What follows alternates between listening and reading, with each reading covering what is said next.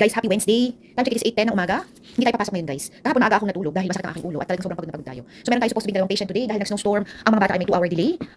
Medyo icy ang ating condition ng daan. So decide na rin ako na huwag na rin pumasok ngayon dahil yung isa naman nating patient ay na ospital at dahil sa kadahilan na malayo yung ating first patient, sabi ko sa Friday na lang ako pupunta. So maglinis tayo ng buong bahay ngayon. Pilitin natin maging active. Masakit ang ating tuhod and para tayo magkakaroon ng trangkaso. Pero labanan natin yan, nagpapawis tayo kahit paano. Para malinis din natin ang ating buong kabahayan. So ang aking plan for today, paghahatid ko sa dalawang bata, ay maglinis ng sahig at magpunas ng alikabok ng buong bahay. Subukan ko rin linisin ang ating mga cabinets dahil dahil tayo may nagluto everyday. Medyo madumi yan. Kita-kita mo talaga dahil dark ang ating cabinet. So yan ang ating nakaplan for today pero hindi natin alam kung kailan matatapos ko. Hindi naman tayo nagmamadali. Wala naman tayong time frame pero gusto ko lang malinis ang ating sahig dahil matagal na nga yan nilalampaso. So ayan guys, ang ating upper deck.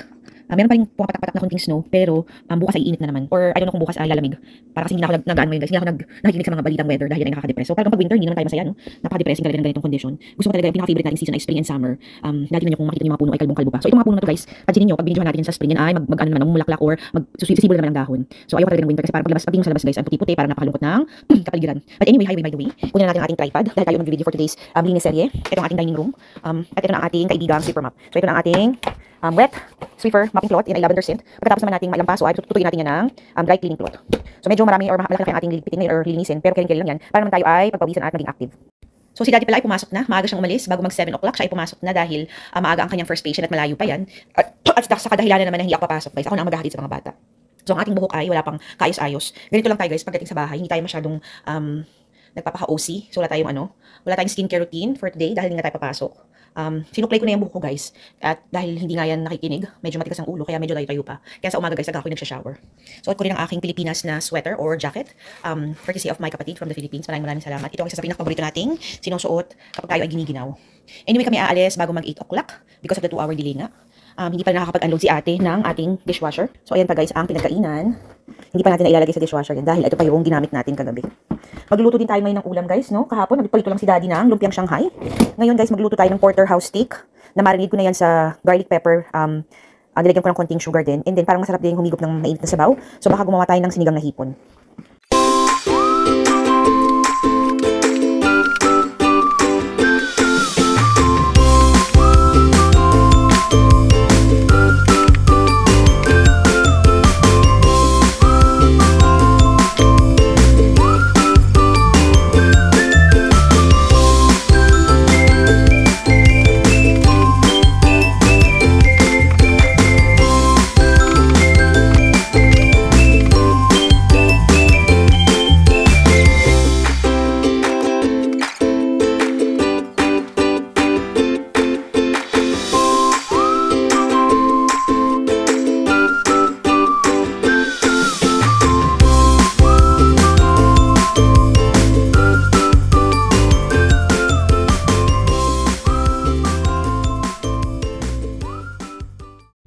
Okay guys, happy Wednesday. Naihatid ko na ang dalawang bata sa school.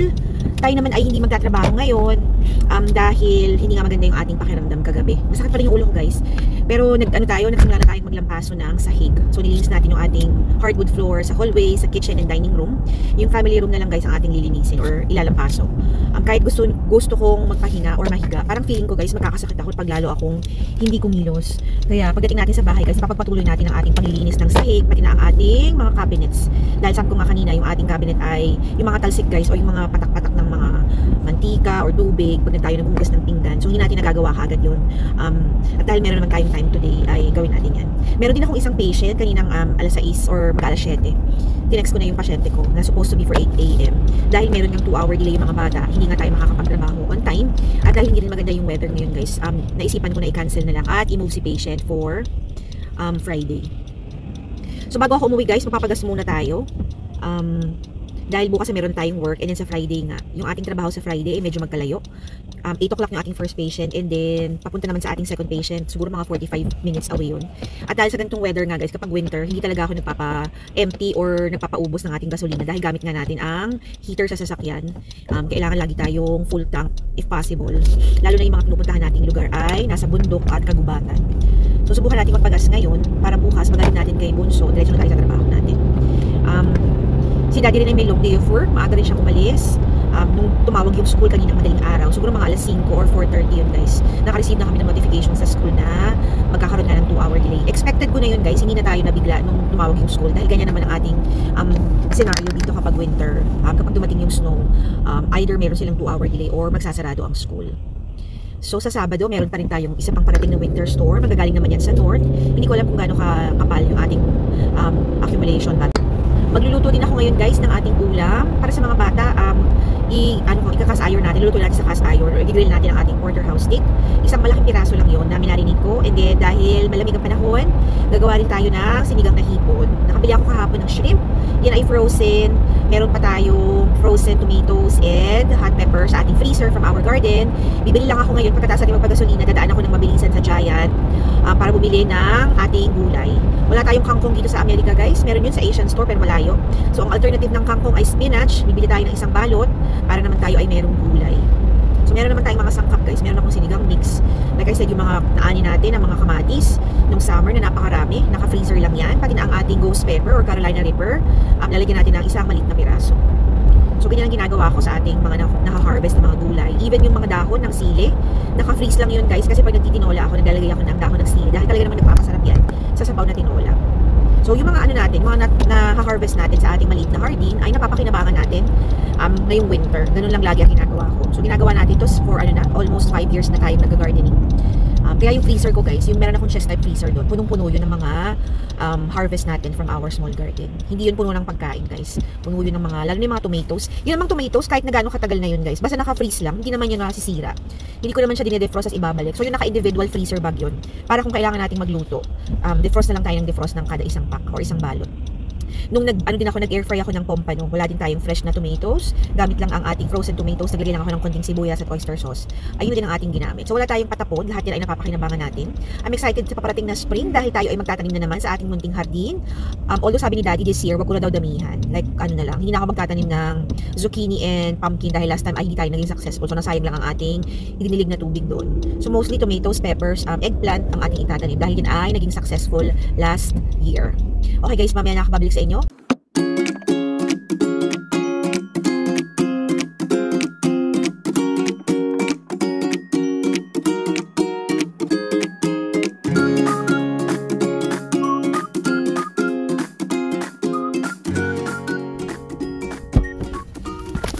Okay guys, tapos tayo ng gasolina.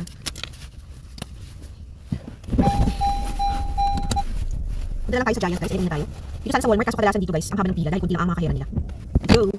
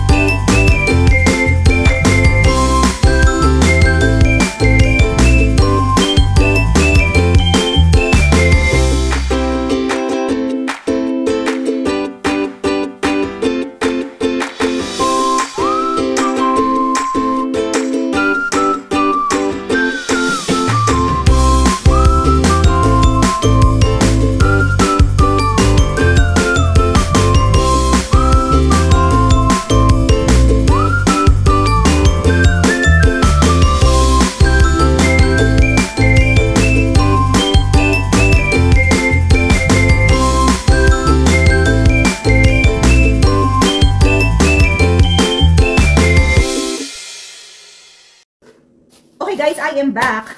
Mag-grocery haul muna tayo ng mabilisan, tapos balik tayo sa ating paglilinis ng ating sahig. So nakabili ako sa Giant ng 2 mangga. Ito guys ay, akala ko 88 cents lang, pero kailangan pala bumili ka ng 6. So nabili natin to sa halagang 125. Medyo mahal, pero nagkikrave tayong kumain ng mangga. So bumili tayong 2. And then, meron din sila doong naka-clearance na hot long pepper.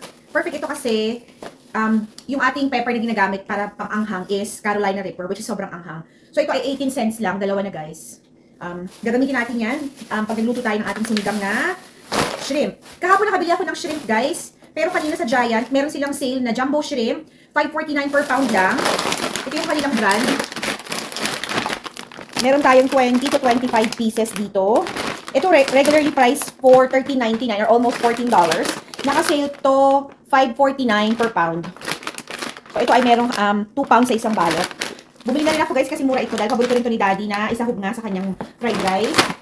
Ang pinunta natin doon ay ang ating spinach na nakuha natin for $1.99. Ito rin paborito ng ating tatay ng tahanan, ang Nathan's hotdog. Naglalaman to ng 5 piraso. Ito guys, regular price nito ay $6.99 ang isang pack. Meron silang promo today, buy one get one. So, nakatipid tayo ng almost kalahati. Nagbayad tayo ng full price pero meron tayong 2 balot ng Nathan's hotdog. And then meron din tayo syempre yung paborito ni Mama na honey glow pineapple na napakatamis. Meron din tayo nakuha na naka-sale o naka-clearance na patatas ni Princess Sarah at Becky. Charot. Ito guys yung binibake talaga sa microwave. 2 piraso ay 54 cents. Gagamitin natin ito sa ating corned beef or pag may chicken curry tayo ulit. At ang pinakabongga sa lahat guys, meron na naman tayo nakuha na yellow tag. Ito ay chicken leg quarters na naka 50% off. So from $6.32 to down to $3.16. And then bumili pa rin ako ng isa pang balot. Ito ay from $6 to $3. Perfect na perfect ito dahil ang ginamit natin sa ating chicken curry and ang ating adobo ay chicken quarters. So perfect na perfect ito para sa ating pamilya. So perfect na perfect ito guys para sa ating mga nilulutong ulam. Ito ay gagamitin natin pang tinola, pang chicken barbecue. Tatanggalin na natin yan ng skin, ng balat para gawin natin chicken chicharon. So tayo ay nakatipid ng napakalaki. So half off ang ating chicken quarters. Yun namang ito guys, sa loob ng isang pack, merong 4 na piraso. So ang ginagawa ko dyan ay kinakalahati ko lang. So 2 lang tayo ng 2 kada luto dahil 4 lang naman kami dito. Pag hinati natin ito sa gitna guys, ay malaking part na yan. Napakalaki ng chicken dito guys. Tingnan niyo ba? Nakikita niyo yan. So sa $3 guys, ito ay 2 lutuan. So, $1.50 lang kada menu or kada ulam. Malaking tipid na yan para sa aming 4 or sa buong pamilya. I think yan lang muna for today's video guys. Tayo ay magfo-focus na sa ating paglilinis. Ilalagay ko rin yung mga maruruming pinggan at saka pinagkainan ng mga bagets at ni tatay. Meron naman tayong mga leftover guys. Paborito ko talaga ang chicken curry. For the past 2 days na ng ating tinatanghalian, meron naman din tayong tuna sandwich kung sakaling gusto kong kumain ng tinapay. So tayo ay wala namang lagnat pero ano pa rin yung pakiramdam natin, mabigat pa rin yung ating ulo guys. So hopefully hindi naman tayo magkaroon ng trangkaso dahil meron tayong 2 patients na kinikita na nag-positive na rin for flu and 1 is merong RSV. Yan lang muna for today's video. Happy hump day to all. Happy Wednesday night, Pilipinas. Remember, family time is the best time in every gising and every bargain is always a blessing. God bless everyone. Bye! Alright guys, happy Wednesday. I am back. Papunta na tayo kay ate para siya isunduin from school. Ayan na guys, ang snow. Talagang dire-diretso ang patak. Ayan guys. So ayan ay parang powder pero maulan. So kung bababa ang ating temperature, yan ay magiging icy. Naligo na rin tayo guys dahil tayo ay naglampaso ng sahig, naglinis ng cabinet sa kitchen, pati na rin ang kulungan ng ating mga guinea pigs. So dapat ngayon ay Wednesday, meron akong strength training class pero kinancel na din yan ng instructor namin dahil yung daan nga ay baka daw pangit ang kondisyon ng daan mamaya. So wala tayong strength training ngayon, tamang-tama makakapagpahinga tayo ng bonggang-bongga.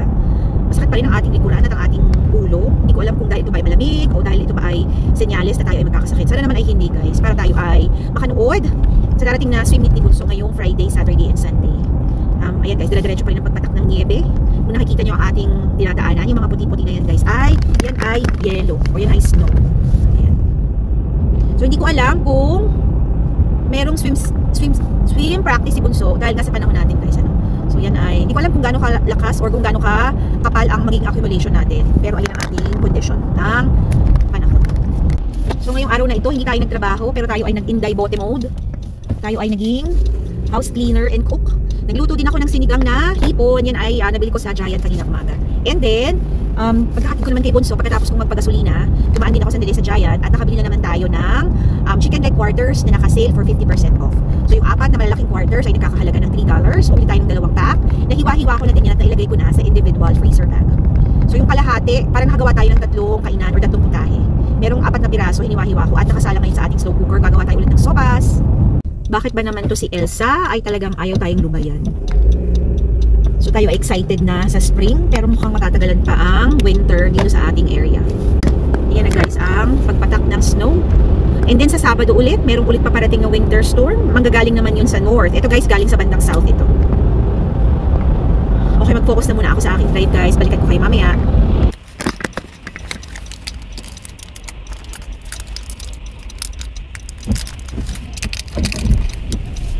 Okay guys, nandito na tayo sa school ni ate. Maaga na tayong umalis guys para hindi tayo nasa likod ng pila. Anyway, nagbaon tayo ng Goldilocks pinipig pulburon para sa ating kutkutin.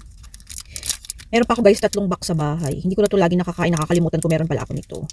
So ito pa rin nasa fridge, but na lang hindi pa nasira. At talagang napakasarap. Shout out sa Goldilocks. Napakasarap ng pulburon talaga. Nagbaon ako ng 4 guys.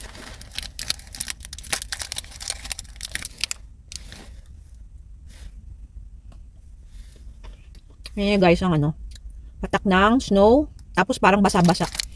So pag patak guys, parang icy. Kaya ewan ko guys kung may practice si Bunso mamaya. Sana ay makancel, pero gusto rin niya kasing mag-practice para nga sa kanyang swim meet sa Friday. Ayaw na nagmi-miss ng swim practice. Okay guys, yan na muna for today's video. Mahaba na naman ang ating Wednesday ganap. I-upload natin ito bukas. Maraming salamat sa lahat ng mga nanonood at patuloy na sumusuporta sa akin dito sa Meta World. Lalo na sa ating mga tala sender. Remember, family time is the best time and every gising with your family. And with the pulburon is always a blessing. Bye everyone. God bless.